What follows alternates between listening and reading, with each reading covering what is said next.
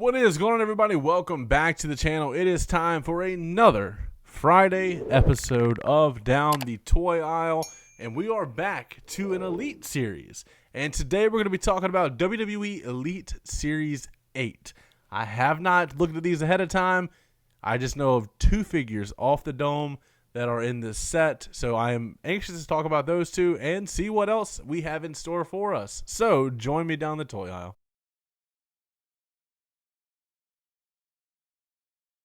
Alrighty, so the very first figure we're going to be talking about from Elite Series 8 is going to be none other than Drew McIntyre from his Chosen One days.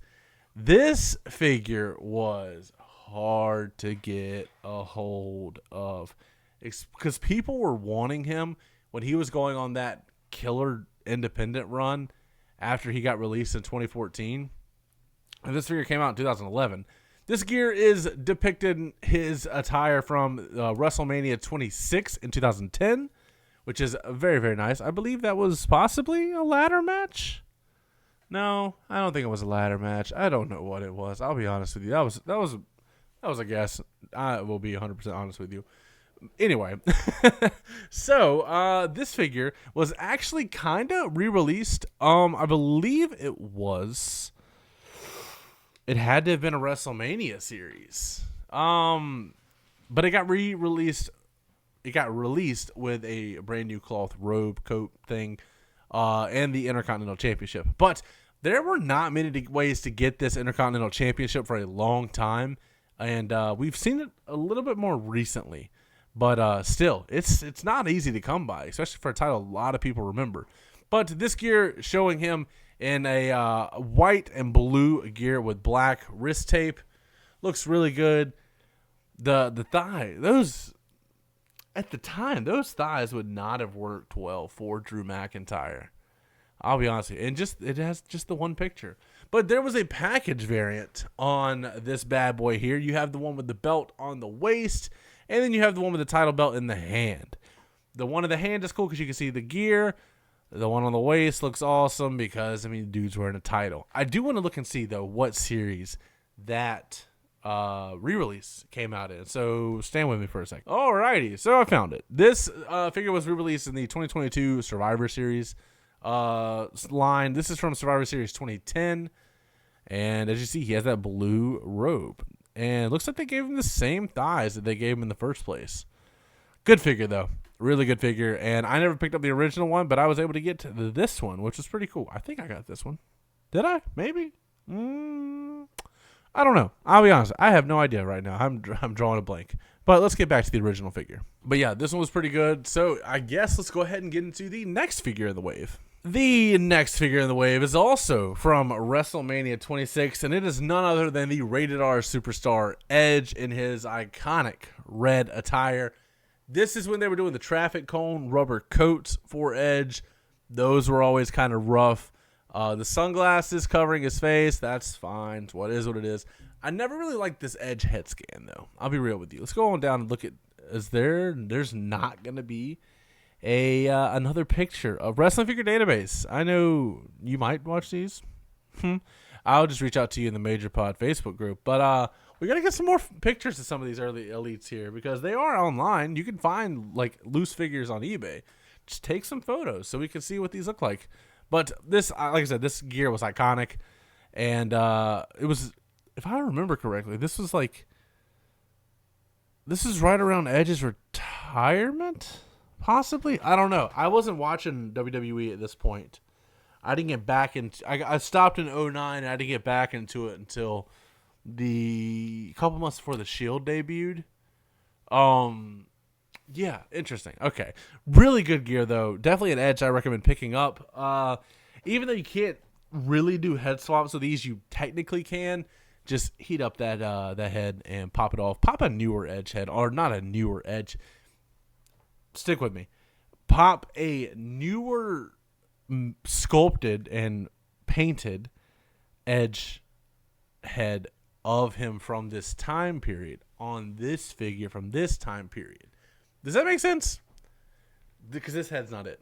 I don't like this head On to the next figure. Alrighty, we got one that a lot of people loved, and that is Evan Bourne. Dude had 2 elites, and that is it. Everybody loved him in WWE at the time. He was on a tag team championship run with Kofi Kingston. But this gear is from May 31st, 2009. And when you think of Evan Bourne, you think of him in this red attire, and that's pretty much what it is, honestly. Very good. It has the unique sculpted kick pads on here, which we only see on him. My dog is going crazy in the background right now in her beanbag chair, but that's besides the point. It comes with the cloth Fly Airborne tank top with the side slit. It's cool. It really is. There's the figure.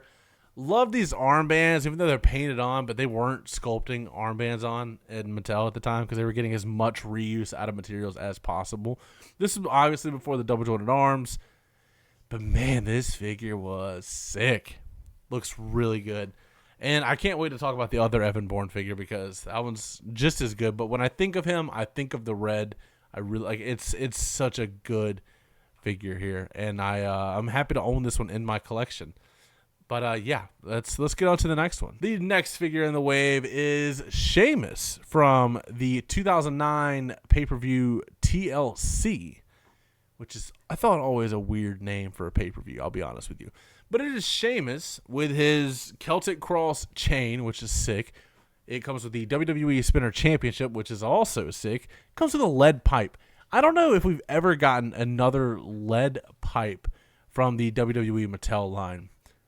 Maybe in that Ambrose Asylum set, possibly. I don't know. Any other time, I can't think of a single instance where we have gotten that. I'll be honest with you.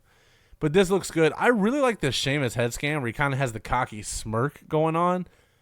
I really, really like that. I'd like to see that head scan used for a throwback Sheamus with 2025 technology. I think that would be sick. And that chain still holds up. The championship holds up. And the freaking lead pipe is sick. Other than that, though, as you can see, the gear is pretty simple. It's just what you would expect from Sheamus. And I guess they were able to kind of go easy on deco, so they loaded him up with accessories, which is never a bad thing, honestly, because Sheamus' gear at the time was pretty boring. Didn't put much effort into it. On to the next figure. Here we have The Undertaker from Survivor Series 2009. It's, once again, traffic cone, rubber coat. The head scan's really good, though. At this point, I can't remember if we've seen this yet. It's got a nice angry look to it. I love that. I love that a lot. There's not a picture of him without it.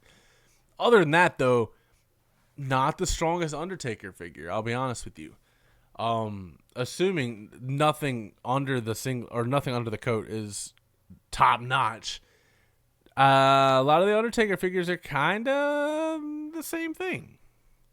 So this is definitely not one that I would go back and seek out like I would the Evan Bourne or the Edge, but it's a pretty bare bones Undertaker.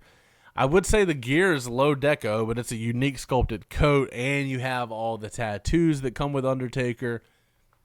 It's kind of neither here nor there.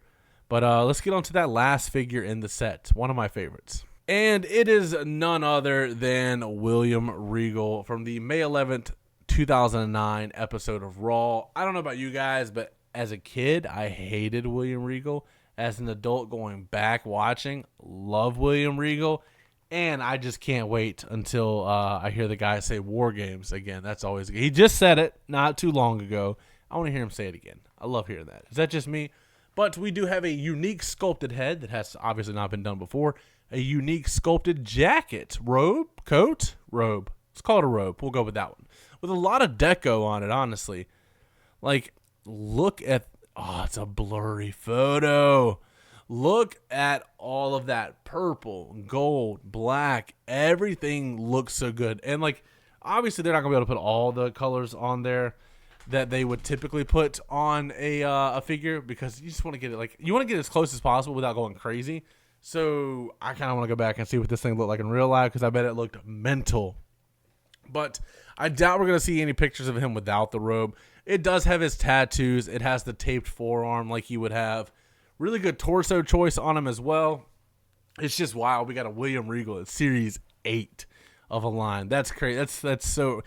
And wow, have we only gotten... We got another Lord Steven Regal. We got... Oh, I'm drawing a blank. It's, he got a Build-A-Figure recently, actually. You know what? Since this is the last figure in the wave, one, let me know down in the comments below what you think about Elite Series 8, but we're going to go take a look and see what other Regal figures there are. All right, yeah, so you got the Series 8. You got the SummerSlam Build-A-Figure, which has a throwback head and a current day head, which is nice. I like that. And then he has the Lord Steven Regal. But, like I said, that was the last figure in the wave. WWE Elite Series 8 is in the books. Overall, I think this is a solid set, with honestly the dud being Taker. Don't kill the messenger. But that is going to be it for today's video. As always, don't forget to like, comment, subscribe, and last but not least, take it easy.